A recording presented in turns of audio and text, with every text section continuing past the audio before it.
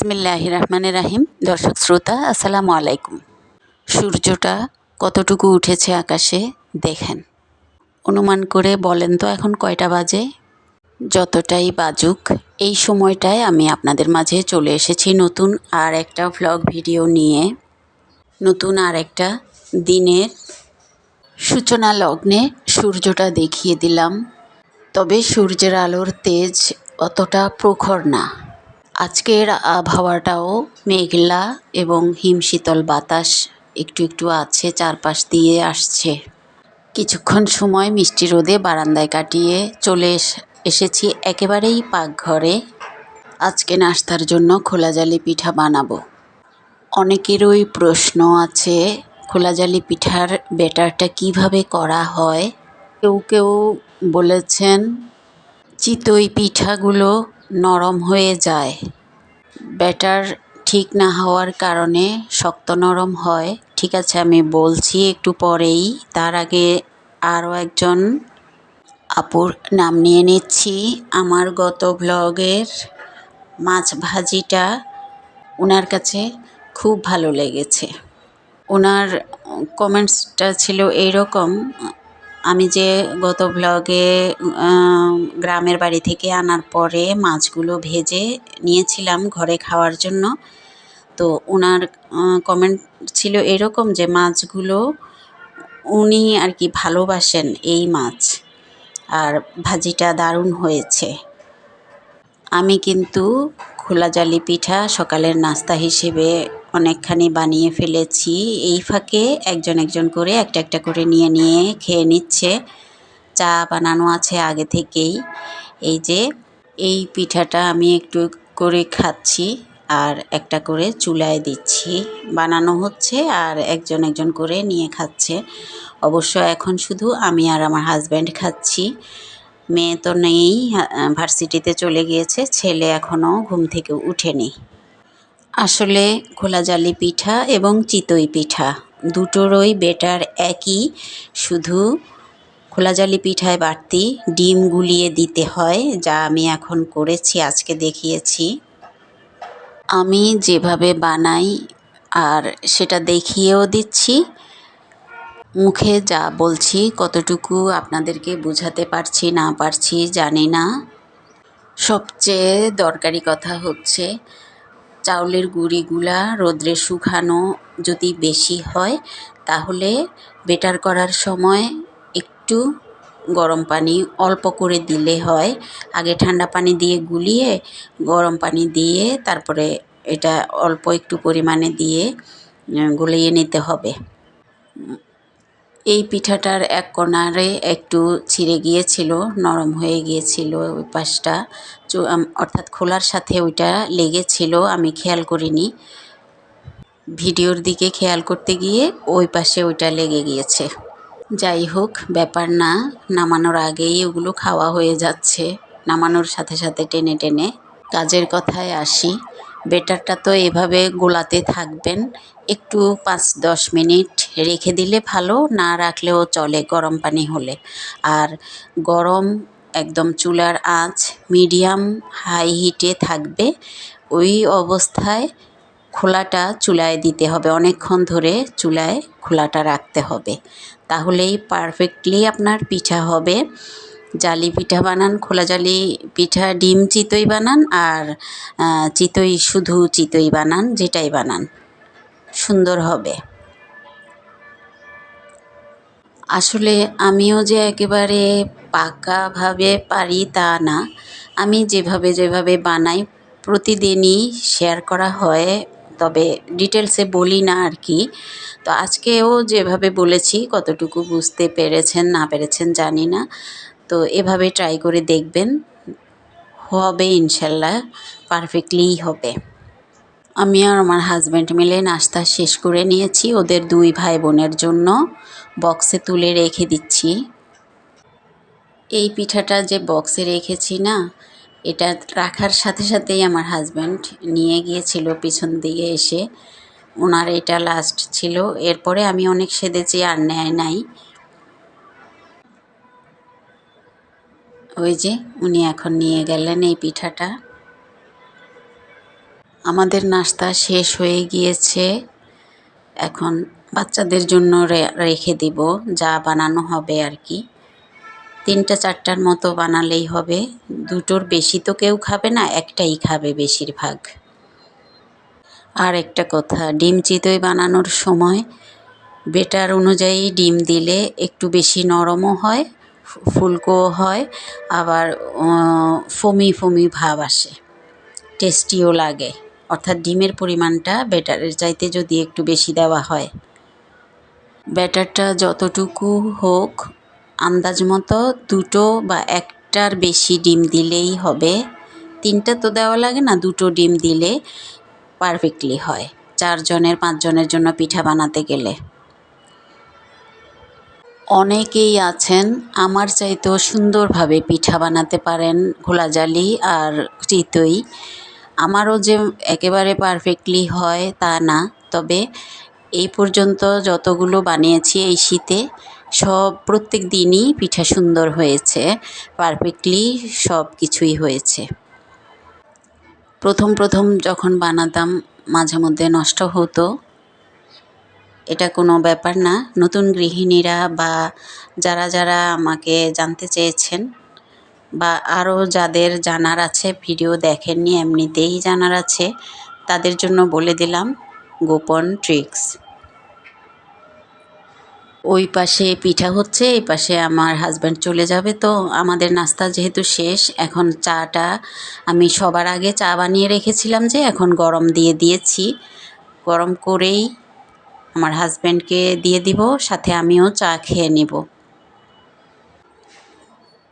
এই পিঠাটা সবার লাস্টের পিঠা ছিল। এখন আমি একটা যে সাদা নেট রাখি আমি, ওইটা দিয়ে খোলাটা সুন্দরভাবে মুছে ধুয়ে শুকিয়ে জায়গা মতো রেখে দিব। আর বাচ্চাদের জন্য এই যে পিঠাগুলো রেখে বক্সটা এখন আমি ডাইনিং টেবিলে রেখে দিচ্ছি। ভিডিওর এই পর্যায়ে এসে সবার মাঝে একটা ছোট্ট রিকোয়েস্ট রাখছি। আপনারা যারা আমার ভিডিওটা দেখা শুরু করেছেন কিন্তু এখনও একটা লাইক দেননি, প্লিজ একটা লাইক দিয়ে ভিডিওটা শুরু থেকে শেষ পর্যন্ত দেখা শেষ করবেন।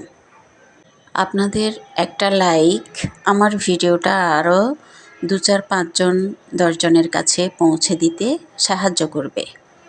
ভিডিও বেশি বড় করতে চাচ্ছিলাম না, এমনিতেই একটু বড়ই হয়েছে আজকে। তো আমি অফ ক্যামেরায় সমস্ত কাজগুলো সেরে দুপুরে রান্নার দিক দিয়ে আর একটু ক্যাপচার করে নিলাম।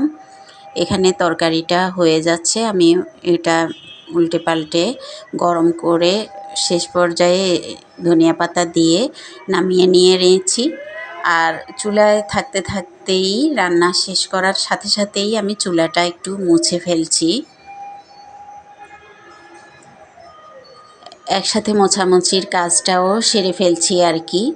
আজকে আরও কাজ আছে, সেজন্য একটু তাড়াহুড়া করছি। নাস্তার সময় যে পাকঘরে ঢুকেছি, একেবারেই রান্নাবান্না শেষ করে মোছামুছিও শেষ করে পাকঘর থেকে একবারেই বের হব। আর ওদিকে কিন্তু বিছানাপত্র গোছানোর কাজ এখনও রয়ে গিয়েছে। মেয়েটা যা পেরেছে গুছিয়ে রেখে গিয়েছে, আমি ওইদিকে এখনও যাইনি। মুছির ফাঁকে ফাঁকে খাবার টেবিলটা মুছতে এসে আমার হাজব্যান্ড ডেকে বলল যে দরজাটা লাগিয়ে দিয়ে যাই। আর আমার হাজব্যান্ড বের হয়ে গিয়েছে, তো উনি যাওয়ার পরে আমি দরজাটা লাগিয়ে দিয়ে আবার ছেলেকেও এদিকে জাগিয়েছিলাম উঠার জন্য। নাস্তা ঠান্ডা হয়ে যাবে, তাছাড়া ওর মাদ্রাসা যাওয়ার আছে আজকে। ওকেও জাগিয়ে দিচ্ছিলাম উঠার জন্য। এই পাশে ওই দিন যে আমার এই গাছটা আমি শোকেজের উপরে রেখেছিলাম, ওটার একটা পাতা না হলুদ হয়ে গিয়েছে। তো এখানে এনে গত রাত্রে এনে রেখেছি, একটু রোদ লাগিয়ে আবার এনে রাখবো। 2-4 দিন এভাবে করতে হবে। আজকেও রোদ্রে নিয়ে যাব একটু পরে, বললাম না এখনও ওইদিকে যাওয়া হয়নি। রান্নাবাড়ার কাজটা আগে একেবারেই শেষ করে নেই।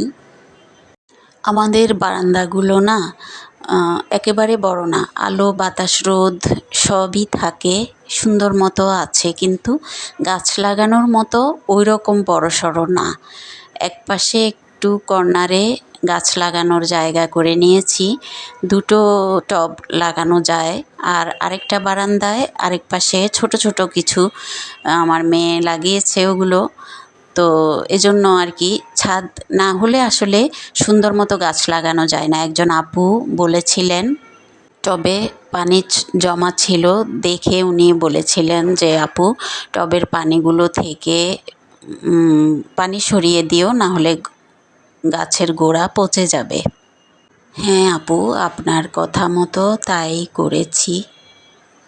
আপনাকে এত সুন্দরভাবে বুঝিয়ে কমেন্ট করার জন্য ভালোবেসে অসংখ্য ধন্যবাদ জানাচ্ছি। শখ থাকলেও সাধ্য নাই, বারান্দা বেশি ছোট বড় না হওয়ার কারণে সুন্দরভাবে মনের মতো করে গাছ লাগাতে পারি না।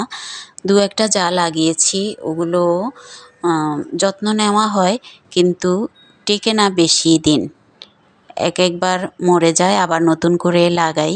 এভাবেই একই জায়গার মধ্যে বারবার বিভিন্ন রকমের গাছ লাগাচ্ছি।